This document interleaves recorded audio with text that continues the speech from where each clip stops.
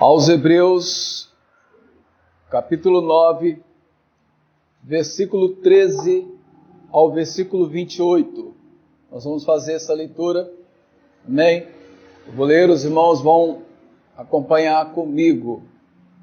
Glória a Deus. Nós temos como título dessa lição a imperfeição da primeira aliança. Mostrar a imperfeição, as imperfeições da primeira aliança.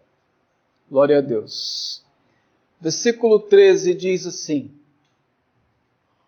porque se o sangue dos touros e bodes e a cinza de uma novilha aspergida sobre os imundos o santifica quanto à purificação da carne, quanto mais o sangue de Cristo, que pelo Espírito eterno se ofereceu a si mesmo imaculado a Deus, purificará as vossas consciências das obras mortas para servirdes ao Deus vivo? E por isso é mediador de um novo testamento, para que, intervindo a morte para a remissão das transgressões que havia debaixo do primeiro testamento, os chamados recebam a promessa da herança eterna. Porque onde há testamento é necessário que intervenha a morte do testador. Porque um testamento tem força onde houver morte. Ou terá ele algum valor enquanto o testador vive. Por isso, também o primeiro não foi consagrado sem sangue.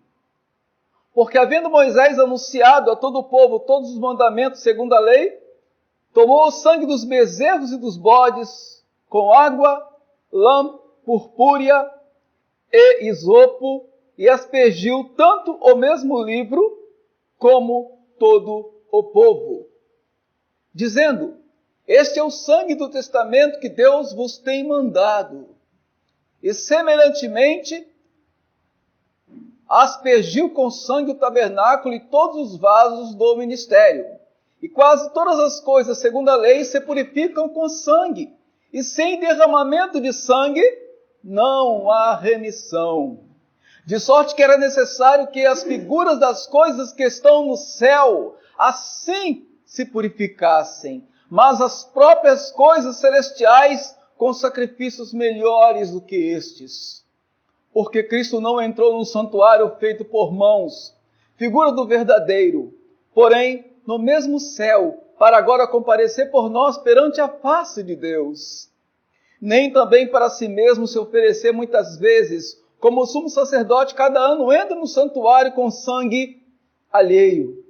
De outra maneira, necessário lhe fora padecer muitas vezes desde a fundação do mundo, mas agora na consumação dos séculos, uma vez se manifestou para aniquilar o pecado pelo sacrifício de si mesmo. E como aos homens está ordenado morrerem uma vez, vindo depois disso o juízo, assim também Cristo, oferecendo-se uma vez para levar os pecados de muitos, aparecerá segunda vez sem pecado aos que o esperam para a salvação. Aleluia. Senhor, obrigado por tua palavra. Aleluia. Em nome de Jesus. Sentados, irmãos. Olha, eu fico olhando a capacidade, né, e o poder que a palavra de Deus ela tem em si mesmo de se pronunciar, né? Quer dizer, eu fiz uma leitura, né? E nessa leitura,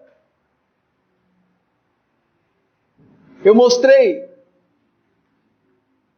o perfeito, o justo, aquele que foi a aliança perfeita, para mostrar a imperfeição da que foi feita antes. Jesus é a perfeição da aliança atual. Glória a Deus. Então nós encontramos aqui nessa carta aos Hebreus, como é que era feito esse sacrifício? Como esse sacrifício se apresentava? De que forma era o santuário? As coisas que haviam dentro do santuário. Ora, o santuário ou o tabernáculo como todo foi feito por homens. Porém, a planta do tabernáculo foi dada por Deus. O homem não tirou de sua própria consciência, da sua própria mente, o fazer o santuário. Não. Ele não sabia que tinha que existir uma mesa, que antes de chegar à porta do santuário, tinha que ter antes ali, aquela parte antes da porta, para que as pessoas viessem e apresentassem o seu sacrifício e colocavam as mãos sobre o seu sacrifício e ali faziam oração e confessavam os seus pecados. A partir dali o sacerdote tomava aquele sacrifício e levava no Santo dos Santos. O sacerdote fazia expiação por essas pessoas. E essas pessoas eram consideradas limpas, purificadas, segundo a carne. Olha bem, vamos lá, nesse tempo onde era oferecido esse sacrifício pelo pecado. As pessoas chegavam diante da tenda e dizia para o sacerdote: ó, eu sou um pecador, eu pequei, eu adulterei, eu cometi crime, eu sou um sujo, preciso ser lavado, preciso ser perdoado, eu preciso me apresentar diante de Deus. O que eu faço para isso acontecer? O sacerdote dava ordem para que essas pessoas sacrificassem. Quem tinha poder aquisitivo melhor, sacrificava bois, ovelhas. Quem não tinha um poder aquisitivo melhor, que antes já havia essa distinção, pessoas que tinham mais do que outras, mas se uniam naquele momento. Essas pessoas que não tinham o que oferecer, trazia pomba, rolinha, aqueles animaizinhos mais fáceis de se apanharem em um assalpão, em uma gaiola, né? E apresentava. Mas olha como é feita a coisa. Havia o tabernáculo, como nós estamos estudando sobre a carta aos Hebreus, nós estamos vendo isso. O quê? Que essas coisas existiam naquela época de Moisés. Moisés era o provedor dessa casa, desse tabernáculo. E esse tabernáculo era o quê? Era um retrato daquilo que havia no céu. Deus deu exatamente as formas, as medidas que foi passada para Moisés daquilo que já havia no céu. Mas todas essas figuras que apresentadas aqui tinham falhas. Quais eram as falhas? O sacerdote tinha que oferecer todos os dias sacrifício por aquela multidão. Todos os dias tinha um pecador, tinha alguém para levar um animal, para que o animal fosse sacrificado.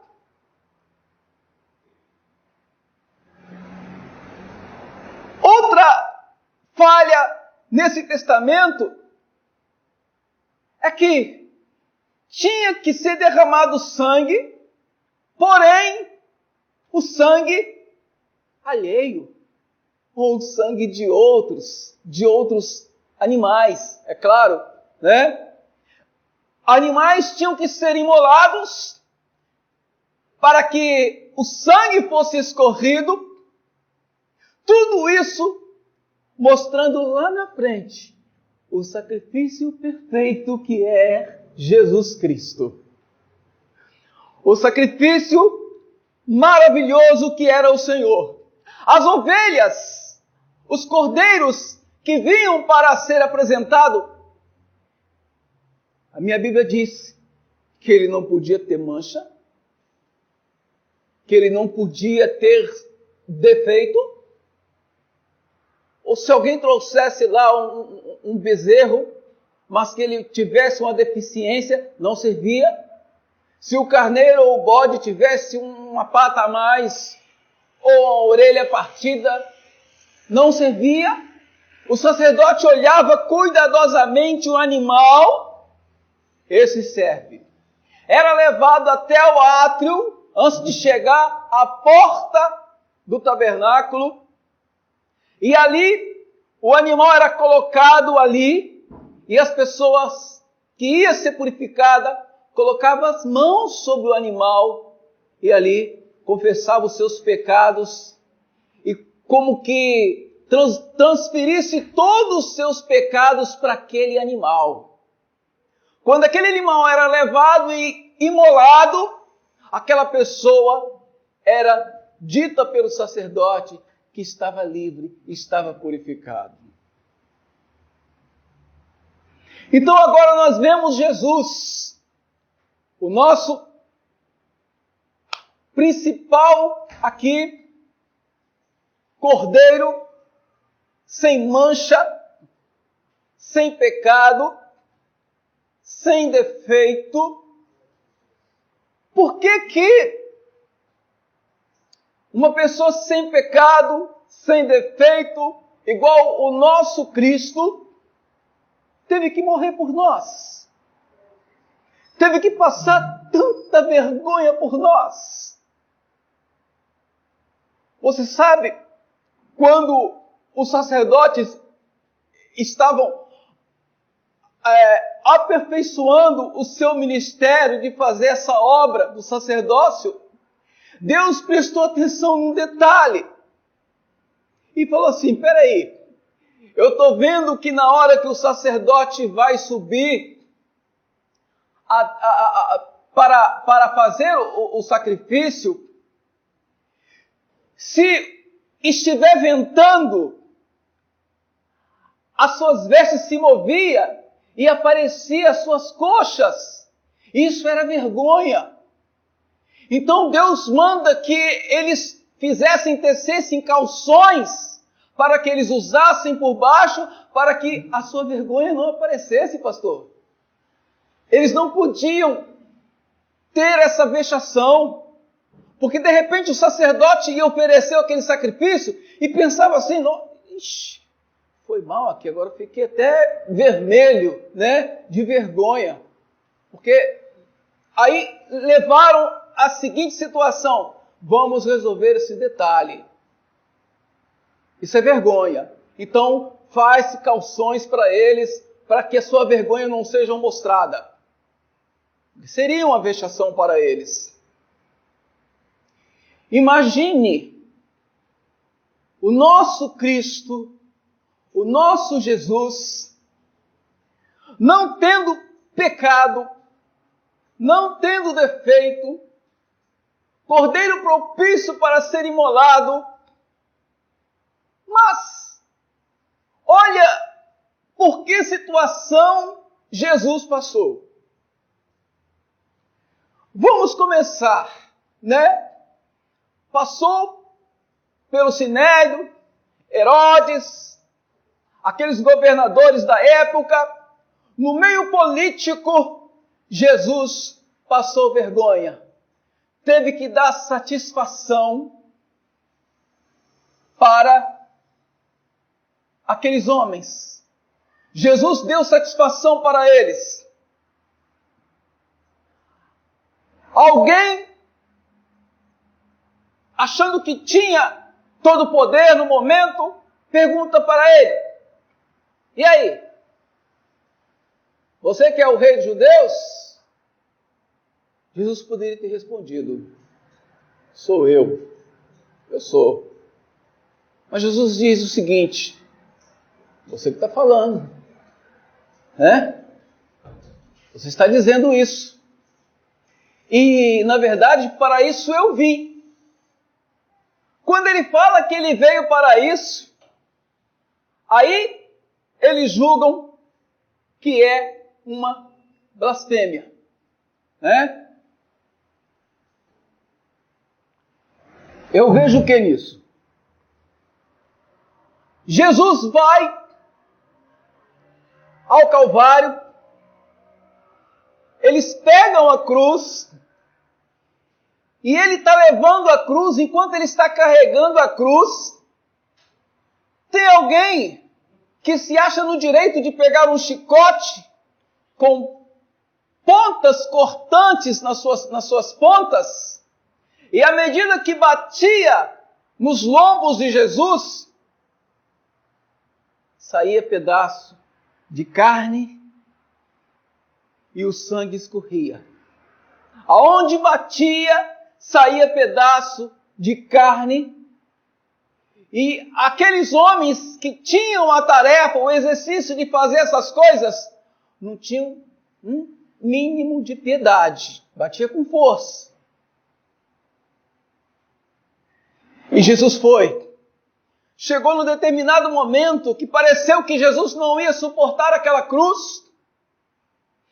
Aí alguém chega, um certo homem, né, Sirineu, né, e o constrange, o obriga, o comprime, fala, vai lá, dá uma ajuda para aquele rapaz, dá uma ajuda para ele, vai lá, dá uma ajuda para ele. É o seu Cristo, rapaz, vai lá, dá uma ajuda para ele. Mas eu acho que Sirineu não quer ir. Sirineu não quer ir. Mas ele é constrangido, ele é forçado, ele é comprimido a ir. E ele vai. Eu não sei por quanto tempo Sirineu ajudou a levar, mas pela metade do caminho ele já não conseguia e parou. Ele não era obrigado a seguir Jesus até lá no Calvário empurrando a cruz. E eles batiam. Enquanto batiam, o que eles diziam? Salve, Rei dos Judeus! Eles abaixavam no chão e reverenciavam, botando a sua face no chão, dizendo, salve, Rei dos Judeus! E morriam de rir. Desculpa a expressão, né? Mas eles riam. Riam enquanto faziam gestos, enquanto Jesus estava sendo totalmente desmoralizado, envergonhado. O resto de roupa que ele tinha ficou em frangalhos. E quando ele foi praticamente seminu, ele foi pendurado na cruz. A uma determinada altura, que todos quanto olhavam viam a sua nudez, as suas coxas, os seus lombos expostos. Enquanto lá, no Antigo Testamento, os sacerdotes não podiam nem mostrar nem sequer a metade da perna, porque suas vestes eram compridas, usavam calções por baixo para não sentir vergonha. Jesus foi envergonhado por nós. Ele passou esse vexame, essa vergonha. Mas ele mostrou, aos Hebreus ele diz, que Jesus, ele veio nos dar uma nova aliança, porque essa aliança antiga não tinha mais validade. Por que não tinha validade? Agora você vê, ele fala na herança, que ele veio nos dar, nos outorgar, nos entregar uma herança. Mas você já viu alguém ser herdeiro de alguém sem que antes esse alguém morra? Não existe. E ele faz questão de citar isso dizendo, olha, é necessário para que alguém receba essa herança, o herdeiro receba a herança, quem vai deixar essa herança precisa morrer. Esse testador precisa morrer, porque senão não vale esse testamento. Não vale, ele precisa ser morto. Os sacerdotes faziam tudo certinho, mas derramavam sangue alheio, sangue de outros animais, oferecendo animais. Aquelas pessoas simbolicamente eram, no seu intelecto, na sua mente, elas sentiam como se fossem perdoadas, mas não eram de fato perdoadas. Porque para haver remissão de pecados, é necessário haver derramamento de sangue. E o único sangue que foi capaz de remir e de nos preparar foi o sangue vertido na cruz do Calvário. E hoje nós estamos aqui para lembrar do sacrifício. Estamos aqui nesse memorial que é a Santa Ceia do Senhor, para lembrarmos do sacrifício que Ele fez, das bordoadas, das pancadas que Ele levou, das chacotas que fizeram com o seu nome, fizeram piadinhas enquanto Ele sofria.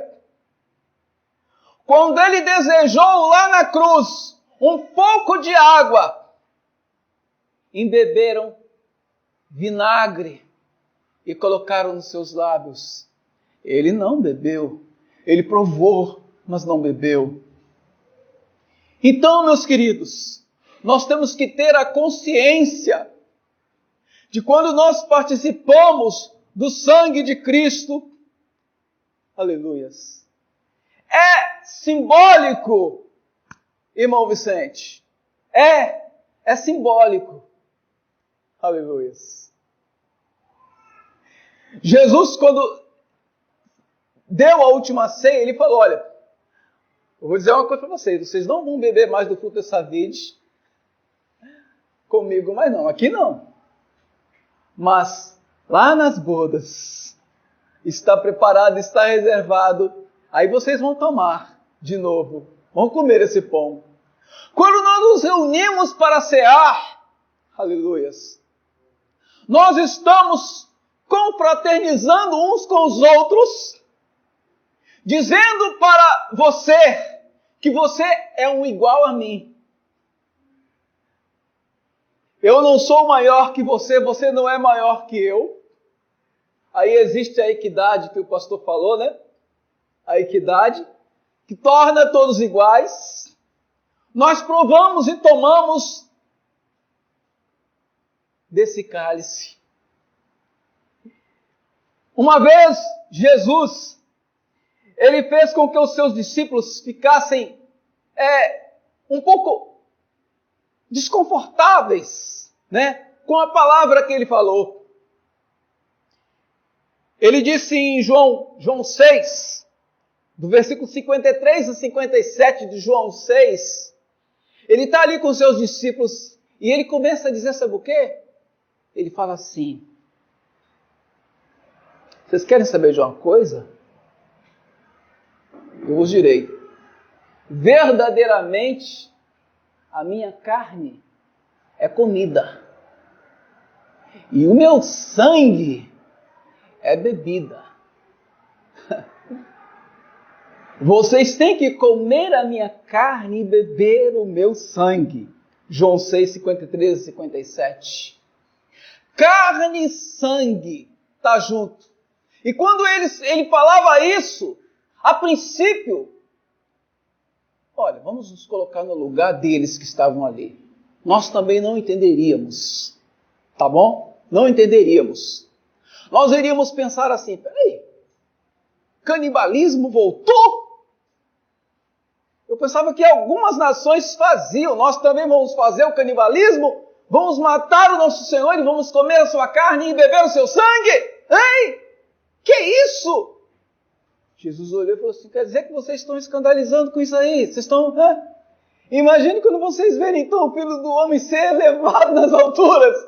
Ei, como vai ficar a situação de vocês? Verdadeiramente a minha carne é comida e meu sangue é bebida. Eu acho graça nisso, sabe por quê? Teve uma pessoa na palavra de Deus que antes se chamava Saulo, que depois se convertido se chamou Paulo. Entendeu essa mensagem? Entendeu o que é comer a carne de Jesus e tomar o sangue de Jesus? Ele entendeu. Ele entendeu em Gálatas 2, verso 20. Quem quer ler? Hein? Gálatas 2, versos 20. Dê para mim, pastor. Como é que Paulo entendeu essa palavra? Em Gálatas 2, verso 20. Já estou crucificado com Cristo, e vivo não mais eu, mas Cristo vive em mim. Glória a Deus. E a vida que agora vivo na carne, vivo-a pela fé do Filho de Deus, o qual me amou e se entregou a si mesmo. Aleluia. Ele entendeu o que é comer a carne e beber o sangue de Jesus. Beber o sangue de Jesus e comer a carne de Jesus é se tornar Jesus. Aleluia. Lembra o que ele disse? Ele disse, olha, eu quero que vocês sejam meus imitadores como eu sou de Cristo. E ele agora fala com toda a ousadia dizendo que está crucificado, já estou crucificado com Cristo. Não mais vivo eu. Parei de viver. No momento em que Ele entrou na minha vida, eu parei de viver. Aleluia. Eu parei de sentir as emoções carnais. Parei de dar vazão às minhas emoções carnais. Parei de olhar para mim e ter pena de mim. Porque agora o Senhor está vivendo dentro de mim. E eu quero mostrar que Ele está vivendo dentro de mim. Aleluias. Quero testemunhar que Ele está vivendo dentro de mim. E ele começa então a falar dessa forma.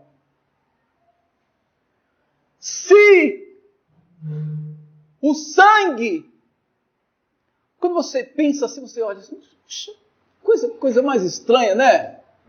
Alguém trazer um bode, né? Um animal arisco, que se você que tem conhecimento do bode, você sabe a situação do bode, quando o bode te vê, você entrar no campo dele, ele abaixa a cabeça assim, ele não quer nem saber, ele abaixa a cabeça e vem como um touro na sua direção. O bode, ele não tem raciocínio nenhum, ele vem e não quer nem saber. Se você tem alguma coisa na mão, ele vem correndo na sua direção, assim é o bode. Mas aquele animal, quando você chega a um pasto onde tem vários deles, você sente o odor forte, o cheiro forte que aquele animal tem. Fede, né? O cheiro dele é muito forte. E eu fico imaginando o sacerdote pegando aquele bode, e aquele bode inquieto, querendo sair, querendo correr dali, e ele então é imolado, é morto ali, e o seu sangue é espargido. Até as cinzas daqueles animais que eram queimados eram espargidos. E agora você observa, se sangue desse animal era capaz de dar àquela pessoa que trouxe aquele animal a sensação de alívio, de perdão, aí o escritor aos Hebreus pergunta, quanto mais o sangue de Cristo, o sacrifício perfeito que foi derramado, quanto mais esse sangue nos dá alívio e nos prepara para a volta de Cristo. Eu acho engraçado, irmãos, que nesse versículo 15 ele fala nos chamados, né? E por isso é mediador de um novo testamento, para que intervindo a morte, para a remissão das transgressões que havia debaixo do primeiro testamento lá de Moisés, os chamados recebam a promessa da herança eterna. Os chamados, nós somos os chamados. Nós somos aqueles que fomos inclusos na promessa de Deus. Nós recebemos e nós temos a promessa eterna, porque onde há testamento é necessário que intervenha a morte do testador. O testador morreu para nos dar direito à sua herança. Tem alguém que vai chegar para você e vai dizer para você que você não é herdeiro, que você é um bastardo. Tem alguém que vai querer dizer isso, que vai querer provar isso, que você é um bastardo, que você não é herdeiro. Aleluias. Mas acontece que o meu Jesus, ele tem um documento guardado que consta lá o meu nome como herdeiro. Consta lá que eu sou herdeiro. Consta lá que no momento que eu recebi, que eu atendi o sacrifício do Cordeiro, o sacrifício perfeito, eu disse: Senhor, eis-me aqui, sou filho. Sou filho. Bata no peito e diga: sou filho. Sou filho.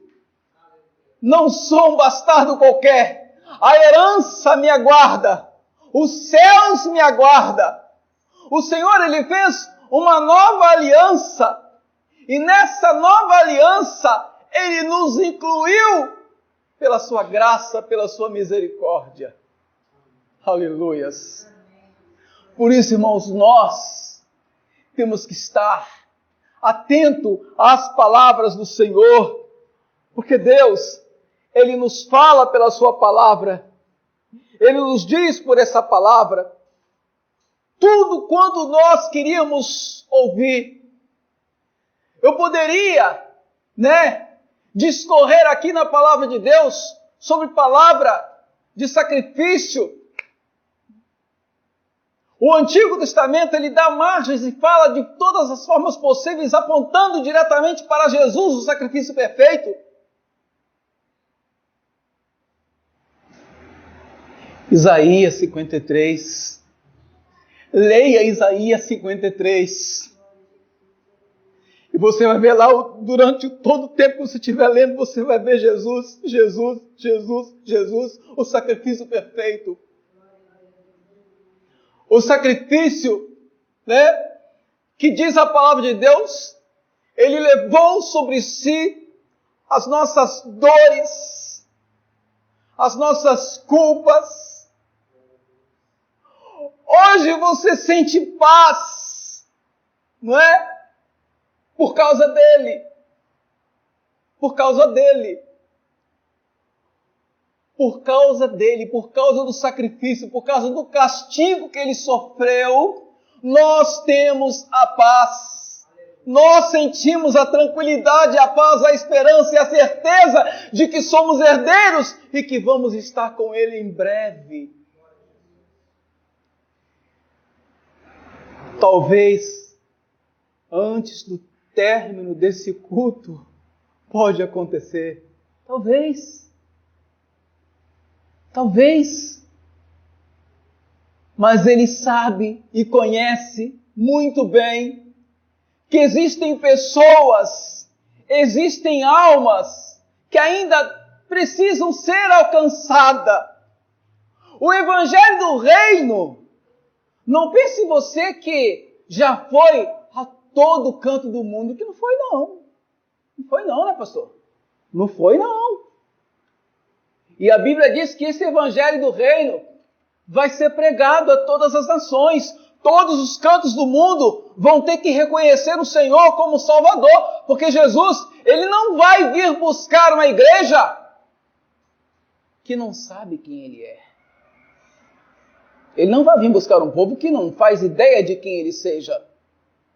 Ele faz questão, aleluias, de mobilizar os seus agentes, os seus missionários.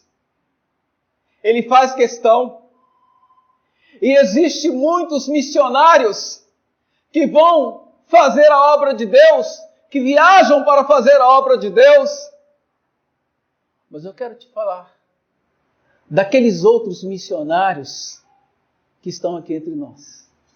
Aqueles que não vão, mas que oram pelos que vão. Aqueles que não vão, mas que intercedem pelos que estão passando aquelas fronteiras perigosas. Enquanto você está intercedendo por eles, você está fazendo a missão da forma como Deus pediu que você fizesse. Por isso que nós devemos estar sempre atentos aqui, orando. Eu fico olhando aquelas imagens lá, né, que o pastor põe, dos africanos lá, como é o nome daquele lugar? Nigéria, Níger.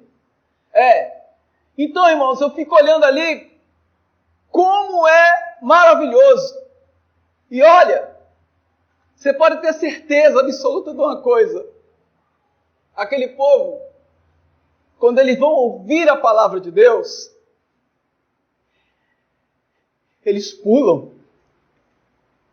eles gritam, eles se balançam, eles se agitam pela presença de Deus, pelo privilégio que estão tendo de receber a palavra de Deus, de ser contagiado pela palavra de Deus. É verdade. Quando nós recebemos a palavra de Deus pela primeira vez, o que acontece conosco? O que acontece conosco? Nós choramos, nós nos alegramos, nós pulamos, nós falamos: como pode existir alguém tão maravilhoso como Jesus? Como pode existir? Como é que eu fiquei sabendo agora desse Jesus tão maravilhoso? Por que eu fiquei sabendo agora? Jesus se deu por nós, se entregou por nós. Eu já estou terminando, pastor. Já estou quase encerrando, tá? Irmãos, eu acho interessante porque a palavra de Deus, ela nos explica, nos ensina. Quando eu comecei a ler esse capítulo, eu pensei assim: Jesus, peraí, que coisa maravilhosa, para que ficar falando sobre essa palavra aqui, se ela é tão explicativa? Irmãos, lê depois, sozinho, examina com cuidado, com bem cuidado, lê versículo por versículo, para você saborear, sentir a graça de Deus. Quando eu começo a ler determinadas passagens da Bíblia, no meu serviço, onde quer que eu esteja, e começo a ver a forma como o Espírito Santo fala, as lágrimas descem dos meus olhos, porque eu não aguento, não suporto. Como é que pode ter tanta graça aqui dentro, pastor? Né? Você sabia? Eu já ouvi muito testemunho de pessoas que não sabiam ler e que aprenderam a ler pela Bíblia. Como isso é possível? Como isso é possível, Djalma? Como isso é possível? Alguém aprender a ler, sem saber ler, pegar a Bíblia, começar a esfolhear e aprender a ler pela Bíblia. Olha que coisa maravilhosa! Porque, irmãos, quando o cristão ávido, fominha, vamos dizer, pela palavra, quando ele começa a ler a palavra, ele fala: espera, que é isso? Que coisa gostosa! É quando nós pegamos um livro, começamos a saborear, né, pastor? Dá vontade de não largar aquele livro, começar a ler, até terminar de ler ele todo. Quando terminamos de ler, dá vontade de começar a reler.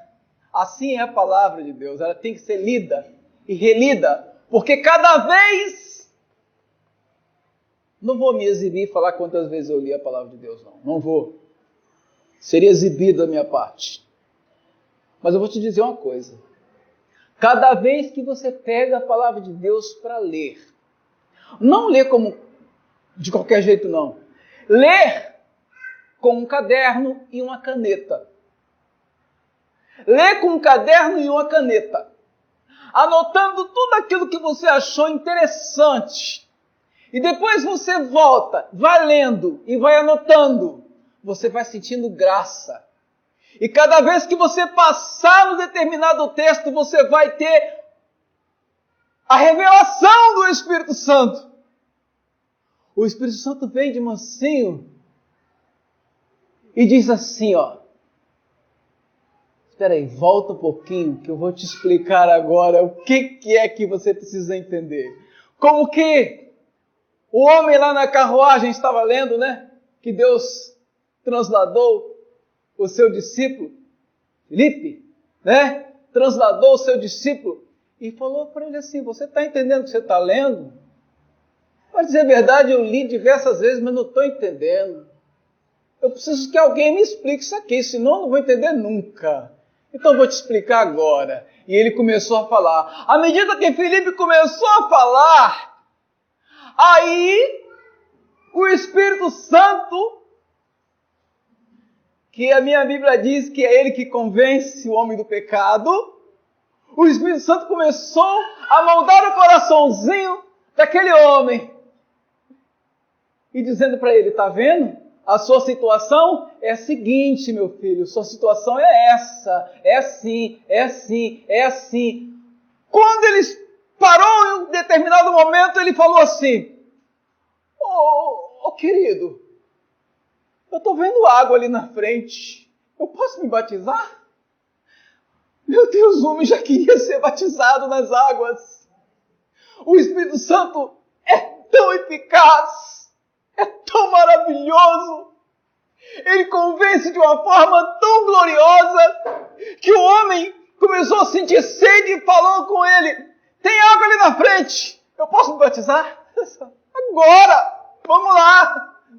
E ele foi batizado e recebeu a graça do Senhor Jesus. Irmãos, e cada vez que você ler uma passagem, cada vez que você ouvir um pregador pregar em uma determinada passagem, você vai ter uma revelação. Deus vai dar uma revelação para aquele pregador que aquele outro não teve. Mas na mesma palavra, a mesma palavra foi lida e revelações foram alcançadas. Aleluias! Porque nós deixamos o Espírito Santo moldar e nos direcionar. Mas, para nós sabermos o que falar, para nós sabermos o que dizer, nós precisamos de quê? De ler, de conhecimento. Por que o povo perecia? Por não conhecer a palavra de Deus. Quando nós conhecemos a palavra, buscamos na palavra, a própria palavra, interpretando a palavra, nós sem buscar coisa nenhuma, o Espírito Santo vem e começa a nos dizer, aleluia, exatamente o que a palavra quer falar conosco. Então, quando nós participarmos do corpo e do sangue de Cristo, vamos nesse momento dizer e pedir, Senhor, habita em mim, mora em mim, faz morada em mim, Senhor. Passe a viver dentro de mim, Senhor. Aquilo que está de errado, que haja limpeza. Deus, quando Ele levantou o sacerdote, Eli, para o ministério, Eli, zeloso da obra de Deus, enquanto ele estava entendendo o que era ser zeloso da obra de Deus, Eli não se cansava, ia lá, diante do braseiro, mexia na brasa, acendia a chama, diz a palavra de Deus, que ela não podia sequer ficar apagada. Ela tinha que ficar acesa noite após noite, dia após dia. E esse serviço era do sacerdote, não deixar que a chama se apagasse. Aleluias. Hoje a chama que nos mantém aceso, a chama que nos mantém ativo, a chama que nos faz olhar para o céu e esperar um Senhor que foi e prometeu voltar, é o Espírito Santo de Deus. Por isso, a palavra diz assim, não extingais o Espírito, não apaga o Espírito, não deixe que ninguém jogue água no Espírito, que é fogo santo, não deixe que nada esfrie esse Espírito Santo que um dia habitou no seu coração, habitou na sua vida, porque essa chama não pode apagar. Ela não pode. O sacerdote tinha que estar acendendo direto a chama ali, naquele local, onde ela estava fervendo, acesa constantemente. Ele começou a ficar velho, mas isso não era motivo para ele ser relaxado. Sabia? Porque o mais velho viveu quantos anos? 900 e alguma coisa, né? O mais velho, né? Ele era menino perto de Matusalém, perto de outros, né, que viveram 300 e poucos anos, né? Ele era menino perto de um, né, Enoque. Olha, irmãos, veja só que coisa. O fogo, ele tinha que continuar aceso. O sacerdote que fazia ali os seus trabalhos tinha que manter aquela chama acesa. Mas um dia, ela começou a perder o fogo.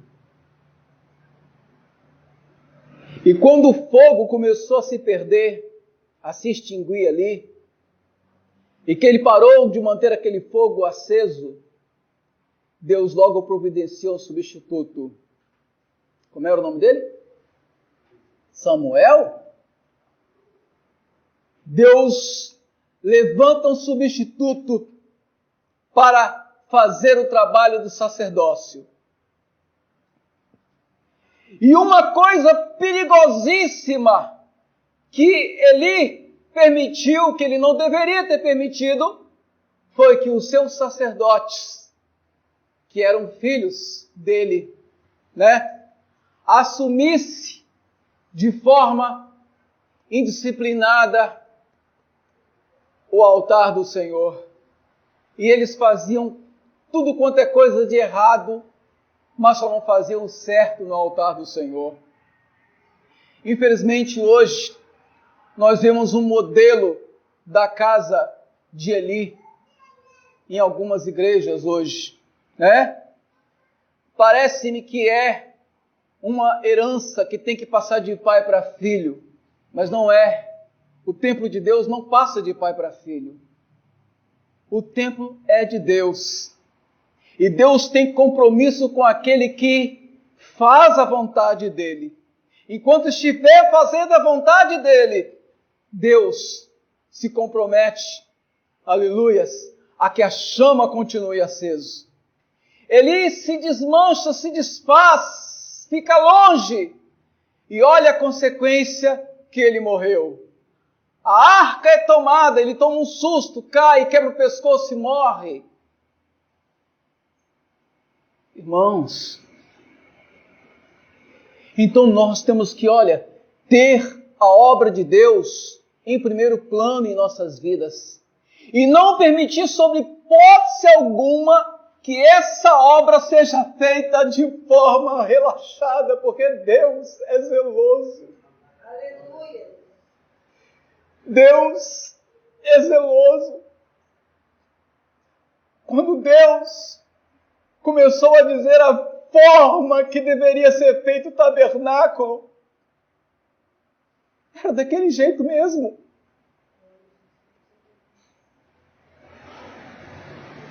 Senhor, você está pedindo fazer o quê? Noé, Uma arca? Um barco? Uma embarcação? Tá bom, Senhor. Vou fazer conforme o Senhor pediu. Mas Deus, no meu entendimento aqui, Senhor, se fosse eu diria assim. No meu entendimento aqui, Senhor, todo barco tem que ter um leme. O Senhor não me mandou colocar um leme nessa arca, por quê? Porque eu vou dirigir a arca. Hã? Não tem leme porque eu vou dirigir a arca. Deus me responderia assim. Aleluias. Ela não precisa de leme, porque Deus a dirige. Aleluias. Deus não precisa de ajuda para ninguém, por ninguém, de ninguém, para fazer a obra dele, pastor. Não precisa. Deus não precisa. Deus só quer que o homem fique aonde? Na brecha, na posição, esperando o chamado de Deus. Deus só exige isso, que você fique à disposição quando Deus disser. Tem alguém disponível? Hein? Tem alguém disponível que possa fazer essa obra hoje? Aí você vai olhar para dentro do seu coração. Você vai ver poucas pessoas respondendo ou dizendo, eis-me aqui, mas você vai sentir e vai dizer, eu posso. Eis-me aqui, Senhor. Eu posso. Eu posso.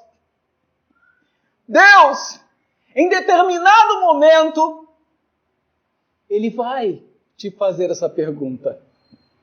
Em determinado momento, Deus vai te incumbir de uma tarefa e vai perguntar, você pode fazer? Hein? Tem alguém aqui que pode fazer?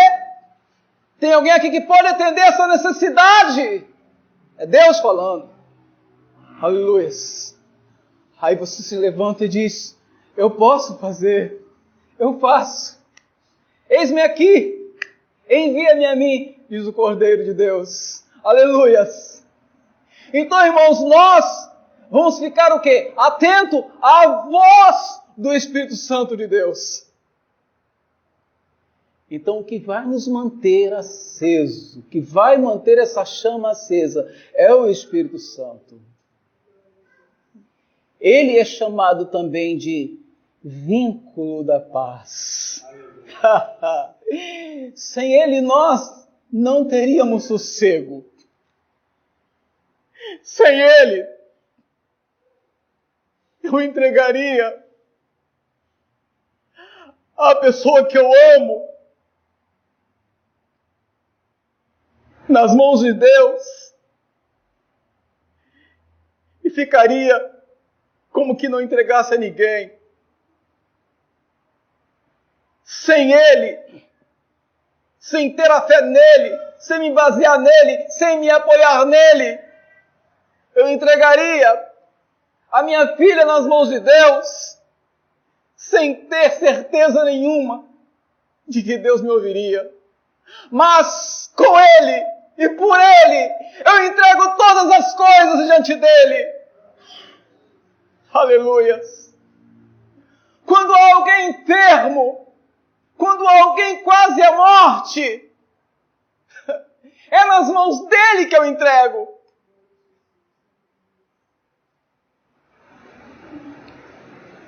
Deus, uma vez eu ouvi alguém falar absurdamente uma palavra.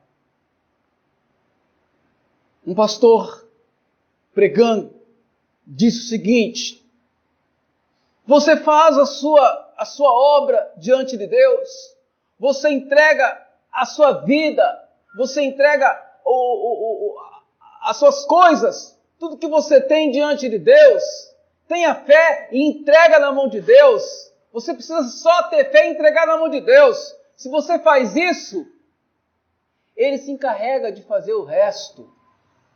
Ele, quando Ele vê a sua fé e vê a forma como você entregou, Deus se vê obrigado a te responder.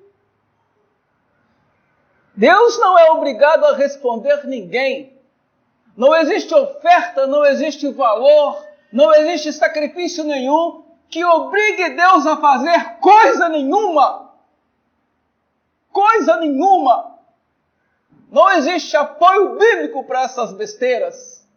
E muitas vezes nós estamos fadados a ouvir esse tipo de besteiras. É por isso que nós, temos a palavra de Deus. É por isso que nós estamos aqui todo domingo estudando a palavra de Deus. Todos os cultos ouvindo a palavra de Deus. Porque tem verdade para nós aqui. Enquanto o nosso coração estiver aberto, o Deus verdadeiro continuará falando por nós. E se por acaso eu fugir do propósito de Deus e não falar mais, Deus levanta outro para falar. Porque eu não sou insubstituível. Eu não tenho o final da palavra. O final da palavra está na mão de Deus, não está na mão do pastor. O final da palavra está na mão do Senhor. Então você tem que crer. Se você entregou o problema, creia que Deus vai resolver. Se Ele quiser resolver, e tem isso também, Ele pode não querer resolver, Ele pode querer te provar, Ele pode querer te fazer amadurecer de uma forma que você venha sofrer, mas Ele quer você amadurecendo, pronto para fazer a obra. Você não conhece, não sabe a obra que Deus tem na sua vida. Você não sabe, não conhece a obra que Deus tem com você. Você se acha pequeno? Você se acha inútil? Você acha que só vem aqui ouvir a palavra de Deus? Não. Deus tem uma obra grande a fazer na sua vida. Aleluia. Recebe, porque Deus tem e Ele vai fazer em cada um de nós que depositamos a nossa confiança nele, depositamos a nossa fé nele. É dele e por ele todas as coisas. Todos digam amém. Uma salva de palmas para o Senhor. Glória seja dada ao Senhor nosso Deus. Aleluia.